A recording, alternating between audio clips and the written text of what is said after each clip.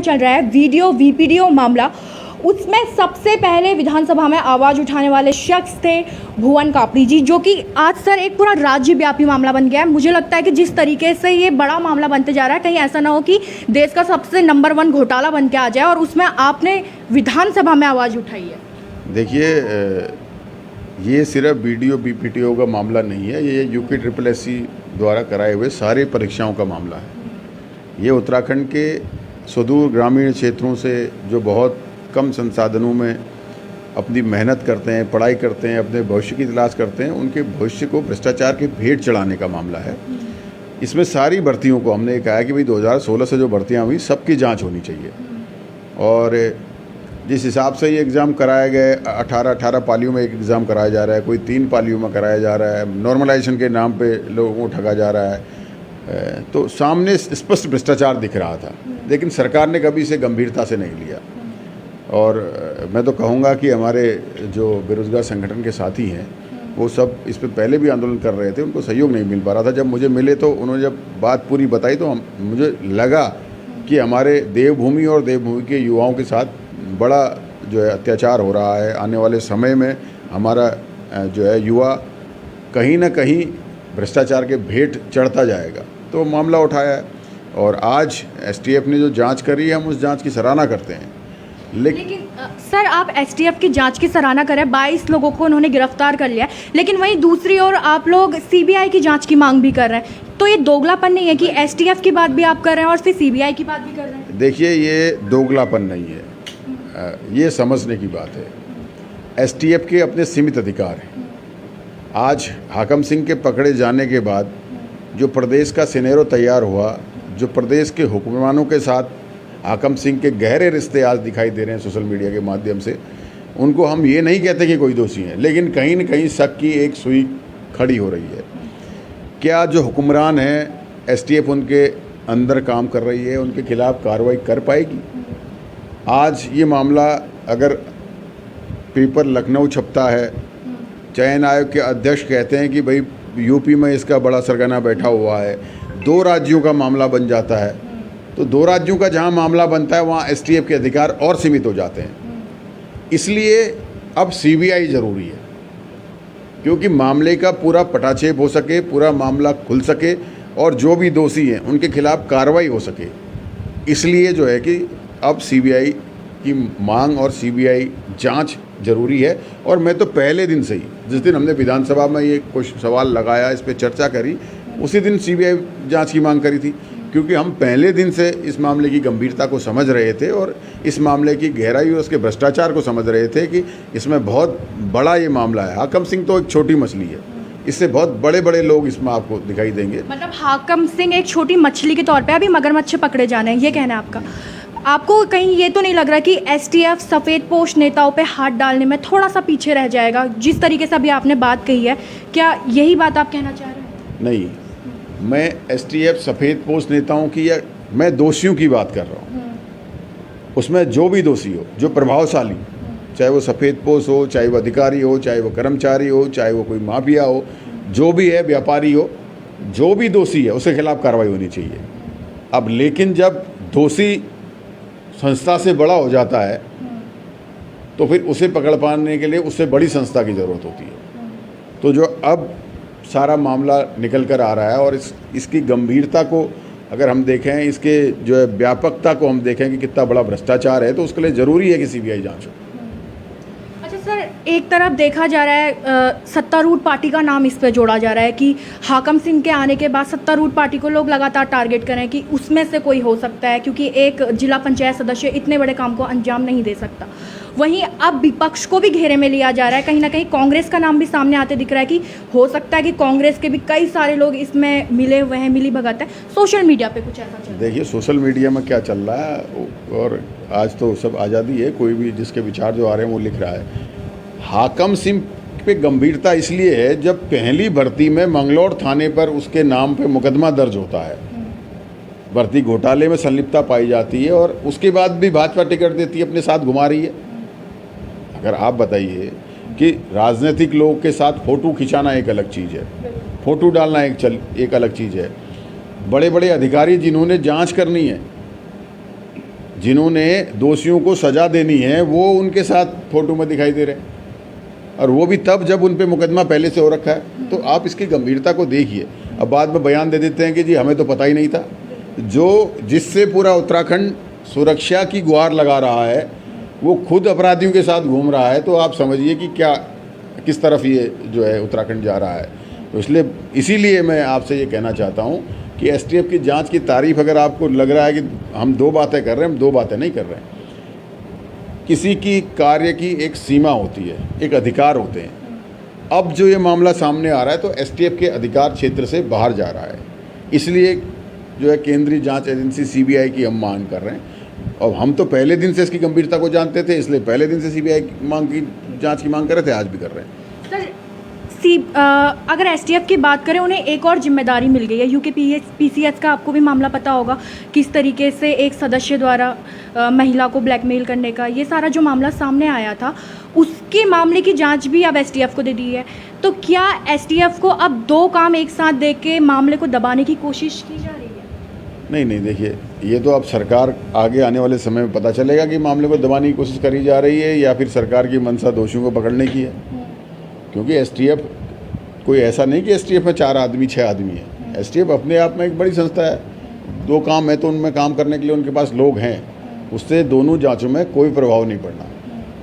लेकिन जो ये मामला खुलकर आ रहा है, जितनी इसकी व्यापकता दिख रही है, तो ये एसटीएफ के मुझे लगता है कि जो अधिकार क्षेत्र से बाहर जाता हुआ कहीं दिखाई दे रहा है। इसलिए इसमें जिसको अधिकार क्षेत्र हो, केंद्रीय जांच एजेंसी सीबीआई वो जांच करे।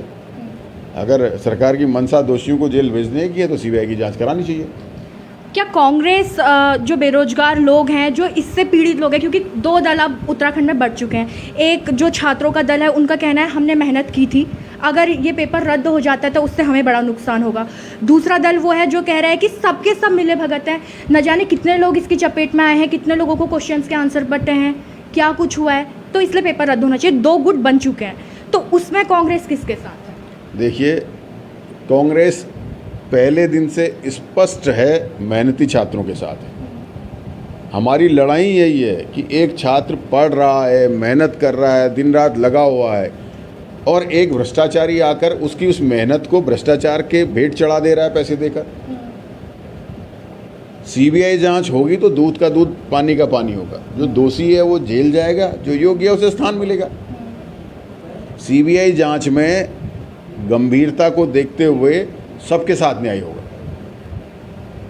अब हम जो छात्र मेहनती है, वो मैं आपके माध्यम से कहना चाह रहा हूँ, हम मेहनती छात्रों की लड़ाई ही मेहनती छात्रों के लिए शुरुआत हुई है कि जो मेहनत करते हैं वो भ्रष्टाचार के भेंट चढ़ जाते हैं। हम लड़ाई मेहनती छात्रों के लड़ रहे हैं, मेहनती छात्रों के साथ हैं। बहुत अच्छी बात यहाँ पर कापड़ी साहब ने की है कि मेहनती छात्रों की ये लड़ाई है। सर, मेहनती छात्र अपनी मेहनत तो कर रहा है, लेकिन भरोसा किस पे करे? कैसे भरोसा उस पर अब कोई परीक्षा देने से पहले आ पाएगा कि ये परीक्षा रद्द ना हो जाए या ये परीक्षा फिर किसी धांधली की भेंट ना चढ़ जाए? एक मेहनत करता हुआ बच्चा कैसे इस चीज़ को डिसाइड कर पाएगा? देखिए, ये तो सरकार की जिम्मेदारी है। ये विश्वास ख़त्म सरकार ने किया है, इस विश्वास को पैदा करने की जिम्मेदारी भी सरकार की है। हमारी जो भी आगामी भर्तियां हैं, उन भर्तियों को अच्छी एजेंसियों से समय पर कराया जाए, उसका कैलेंडर तैयार किया जाए कि भर्ती को कितने समय में पूरा किया जाएगा, ज्वाइनिंग कितने समय में दी जाएगी। वो सारे नियम कानून ठोस बनाकर ईमानदार संस्था से इसका एग्ज़ाम कराया जाए, बच्चों को अपने आप भरोसा पैदा होगा।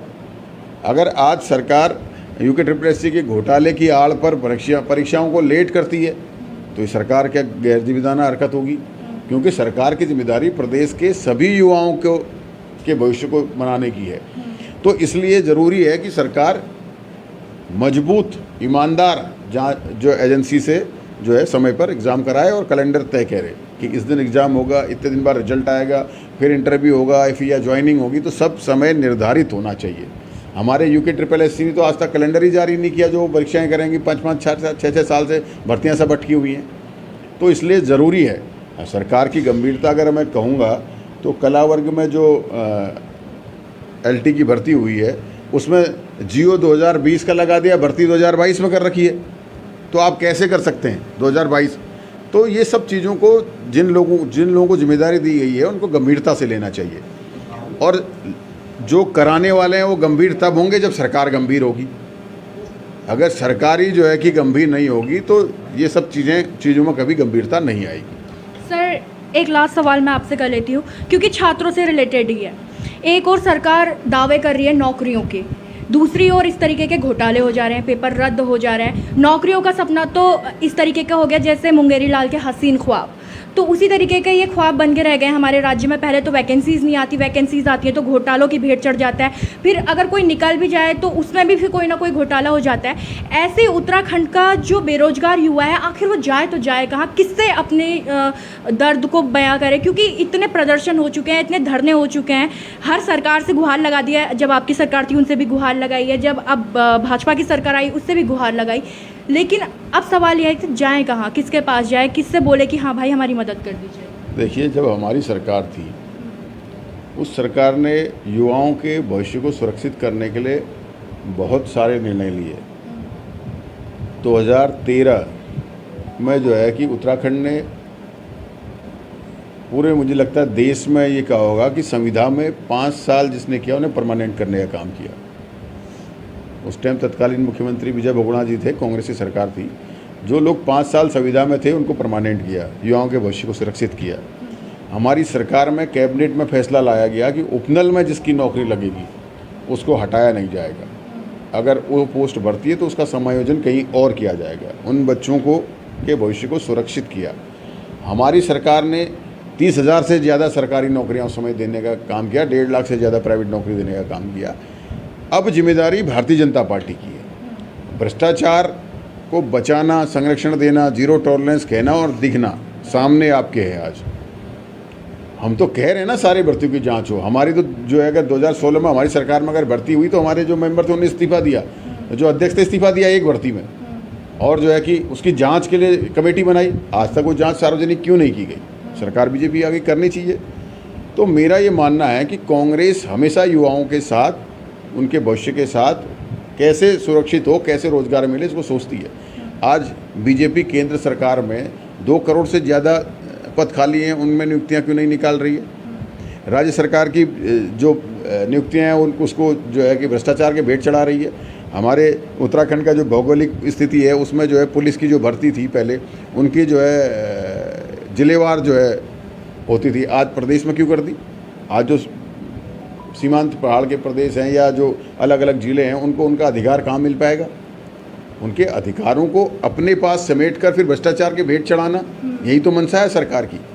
अगर सरकार युवाओं के प्रति ईमानदार है तो सीबीआई जांच कराए, और जो भर्तियां हो रही हैं उनको समय पर और एजेंसियों से कराए, और जो दोषी हैं उनके इस्तीफे को अगर सरकार माने कि उनको सज़ा मिल गई या उनको हटा दिया, उनको सज़ा मिल गई, जब तक उनकी आय से अधिक जो संपत्ति है उसकी जाँच न हो और उनको जेल के पीछे न भेजा जाए, अगर वो सब दोषी हैं, अगर किसी को जिम्मेदारी मिली है कि भैया आप ये एग्ज़ाम कराएंगे, पारदर्शिता से कराएंगे, और एग्ज़ाम में गड़बड़ी होती है, वो कहें कि मुझे गड़बड़ी हो गई मैंने इस्तीफा दे दिया, तो पहले वो दोषी है। पेपर लीक कैसे हुआ? पेपर की गोपनीयता रखने की जिम्मेदारी अध्यक्ष, सचिव और आपके विभाग की है।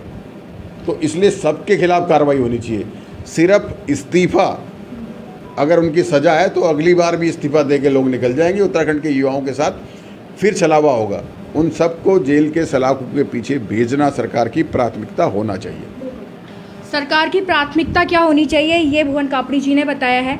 और यूके SSSC वीडियो वीपीडीओ मामला जिस तरीके से आग की तरह पूरे प्रदेश में ही नहीं बल्कि देश भर में अब फैलता जा रहा है, तो हर किसी परीक्षा में अब संदेह की जो सुई है वो टिकती हुई नज़र आ रही है। क्योंकि कहीं ना कहीं जो ये भविष्य के साथ खिलवाड़ किया जा रहा है छात्रों के, उसमें बहुत सारे मेहनती छात्र जो कि पिस रहे हैं, चाहे उन्होंने वो छात्र जो नहीं एग्ज़ाम निकाल पाए, वो जो इन धांधलीबाजों की वजह से पीछे रह गए, या वो जो अब एग्ज़ाम निकालने के बाद दुविधा में पड़ गए, तो दोनों तरफ से जो मेहनती छात्र हैं वो कहीं ना कहीं पिसते हुए नजर आ रहे हैं। ऐसे में कांग्रेस का कहना है कि वो सीबीआई जांच की मांग करते हैं। जहां एसटीएफ ने 22 लोगों को गिरफ्तार किया है, वहीं सीबीआई की मांग भी की जा रही है, ताकि जो बड़े वो लोग हैं जिन्हें मगरमच्छ या फिर जिन्हें ड्रैगन कहा जा रहा है वो लोग चपेट में आ सके। तो फिलहाल अभी मेरे साथ इतना ही। आप बने रहिएगा अपने परवत जन डिजिटल के साथ।